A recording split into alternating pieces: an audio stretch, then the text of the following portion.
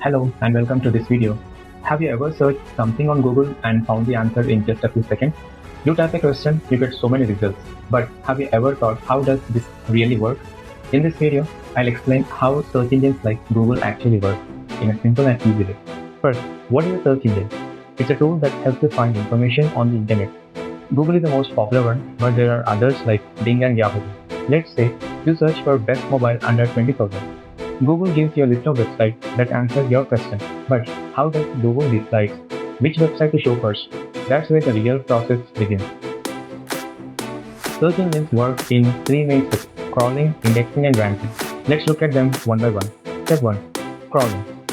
Google sends small programs called crawlers or bots to visit all the websites on the internet. These crawlers read the content on each page like text, images, and links. They go from one link to another, just like we do when we browse. Step 2. Indexing. Once the crawlers collect the information, Google saves it in a big storage system called the index. Think of it like a huge library where all websites are saved and organized. So next time someone searches for something, Google already knows where to look. Step 3. Ranking. Now, when you search for something, Google checks its index and picks the most useful and relevant pages. It shows the best ones at the top. To decide which one goes first, Google looks at things like: does the page have the keywords you search for? Is the website fast and mobile friendly?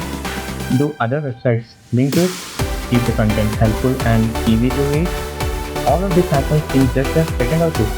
Google crawls websites using bots, then it indexes or stores the data, and finally, it ranks the best pages to show you the answer. That's how search engines work. In the next video, we'll talk about something very important in SEO: keywords. Thank you so much for watching. See you next time.